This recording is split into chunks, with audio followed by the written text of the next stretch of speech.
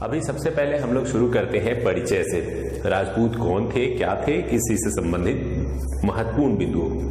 तो संस्कृत में एक शब्द है राजपुत्र, इसी शब्द से निकल करके आया है राजपूत।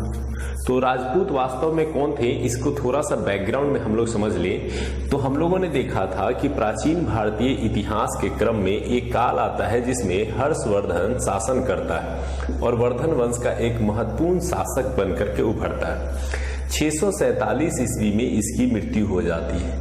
इसकी मृत्यु के पश्चात संपूर्ण भारत में कोई भी एक बड़ा राजा नहीं बचता है जो पूरे भारत पर शासन स्थापित कर सके।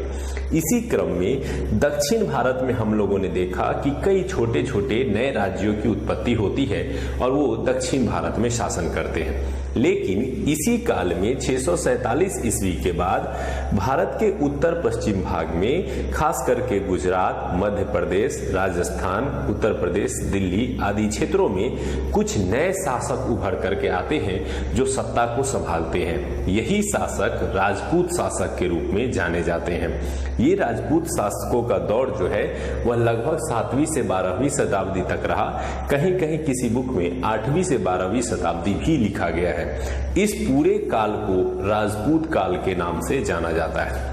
तो शॉर्ट में क्या समझेंगे हम लोग कि जब हर्षवर्धन की मृत्यु के बाद कई छोटे छोटे नए राजपूत वंशों का उदय भारत के उत्तरी भाग में हुआ, उनके द्वारा जो शासन 7वीं से 12वीं शताब्दी तक भारत के अलग अलग भागों में चलाया गया, वह काल राजपूत काल के रूप में जाना जाता है। अगर बात करें राजपूतों की राजनीतिक स्थिति की तो इनकी एक महत्वपूर्ण विशेषता दिखती है कि ये आपस में ही संघर्ष करते हैं और साम्राज्य विस्तार के लिए प्रयास करते हुए दिखाई देते हैं। तो सभी राजपूत वंशों की कुछ महत्वपूर्ण विशेषताएं थी जिनसे जोड़ करके प्रश्न पूछे जाते हैं।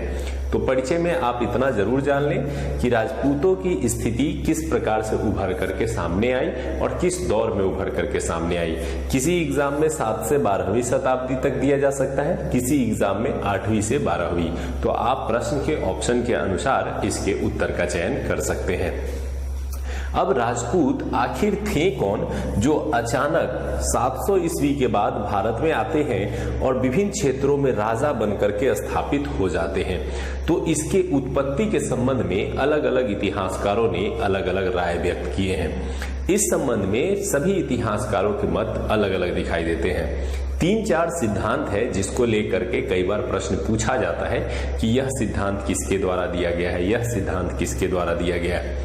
तो 2 सिद्धांत जो है वो सबसे प्रमुख है। एक है जहां विदेशी इतिहासकारों की बात आती है तो वो कहते हैं कि राजपूत जो है वह वास्तव में विदेशी जातियों से संबंधित रहे हैं और जो आक्रमणकारी कभी भारत में आए थे वो यहीं बस गए और यहीं बसने के बाद वो बाद में चल करके राजपूतों के रूप में उभर करके सामने आते हैं। दूसरा जो महत्वपूर्ण मत है वो भारतीय इतिहासकारों का एक मत है जो कहते हैं कि नहीं, राजपूत बाहरी नहीं थे बल्कि प्राचीन काल में जो आर्य थे या जो क्षत्रिय थी वही आगे चल करके राजपूत के रूप में उभर करके सामने आते हैं। तो 2 प्रमुख मत तो देखने को मिलते हैं। एक तीसरा मत है जो सबसे महत्वपूर्ण है, वो है अग्निकुंड का सिद्धांत। तो आइए इन्हीं बिंदुओं पर देखते हैं और इनसे जुड़े हुए प्रश्नों को जानने का प्रयास करते हैं। सबसे पहले अगर हम लोग देखें तो विदेशी इतिहासकारों में नाम उभर करके आता है कर्नल जेम्स टॉड का। ये याद रखेंगे क्योंकि इनसे कई बार प्रश्न पूछा जाता है। स्मिथ का और कनिंघम का, ये 2-3 विदेशी इतिहासकार हैं जो भारतीय राजपूत जाति को विदेशी जाति कह करके संबोधित करते हैं। इसमें आपको ध्यान ये रखना है कि कर्नल जेम्स टॉड का विचार है कि जो सीथियन जातियां पहले भारत में आई थी वही जाति बाद में चल करके राजपूत के रूप में उभर करके सामने आते हैं। वहीं स्मिथ जो कि एक विदेशी इतिहासकार है, उसका मानना है कि शक और कुषाण जो प्राचीन काल में भारत पर आक्रमण करके आते हैं वही आगे चल करके भारतीय जातियों के साथ घुल मिल जाते हैं और आगे चलकर राजपूत के रूप में उभरते हैं। तो स्पेशली कर्नल जेम्स टॉड और स्मिथ मुख्य रूप से इन्हें विदेशी जाति मानते हैं। इसका मूल कारण ये भी है कि ये इतिहासकार विदेशी थे, इसलिए इनकी जो सोचने की जो तरीके थे या कह सकते हैं इतिहास देखने का जो तरीका था उस दृष्टि से इन्होंने देखा। इसके अलावा कनिंघम ही ये मानते हैं कि शक और कुषाण जाति ही बाद में जाकर के राजपूतों के रूप में उभर करके भारतीय इतिहास में सामने आते हैं।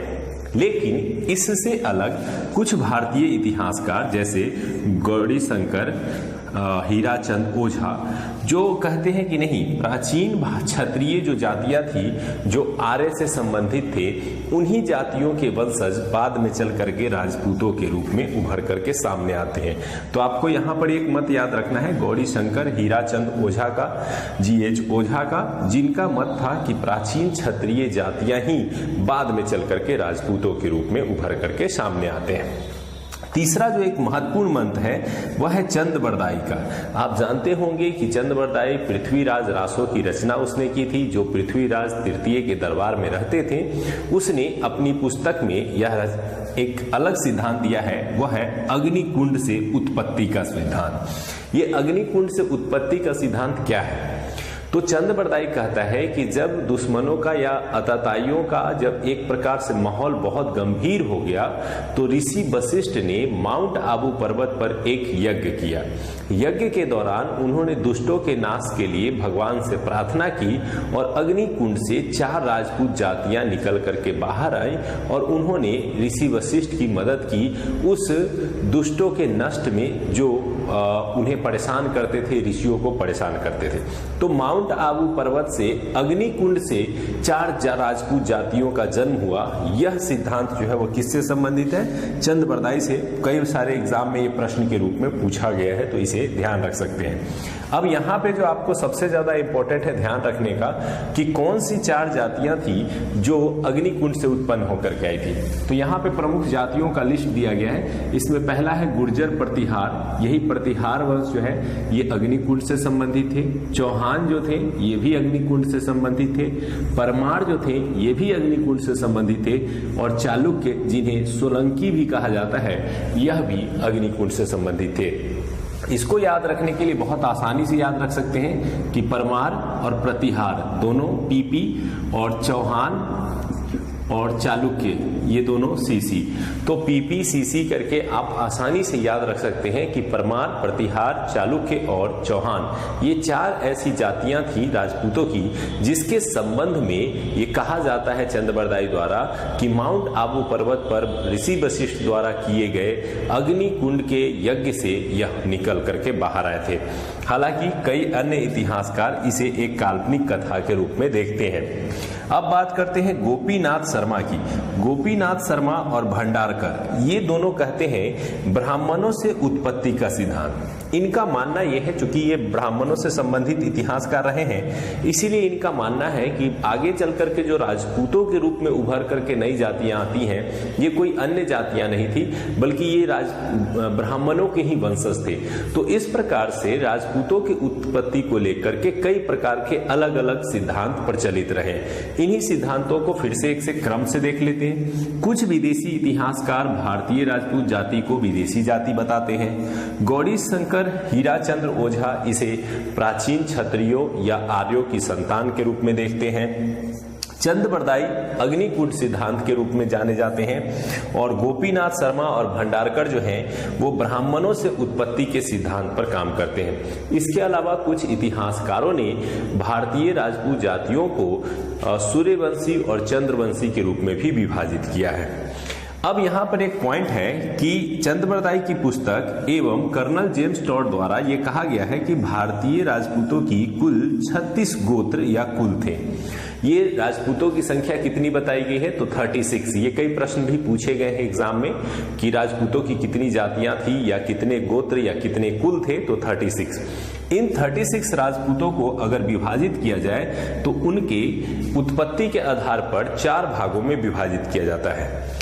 सूर्यवंशी राजपूतों की संख्या 10 बताई गई है जो सूर्य के वंशज माने जाते हैं। इसके अलावा चंद्रवंशी राजपूतों की संख्या 10 बताई गई है।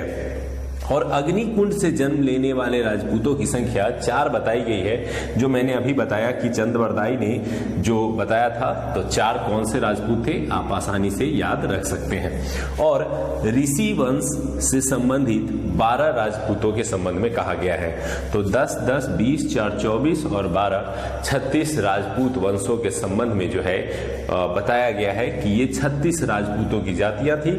और इसके संबंध में कर्नल जेम्स टॉड और चंद्रबरदाई दोनों ही कहते हैं।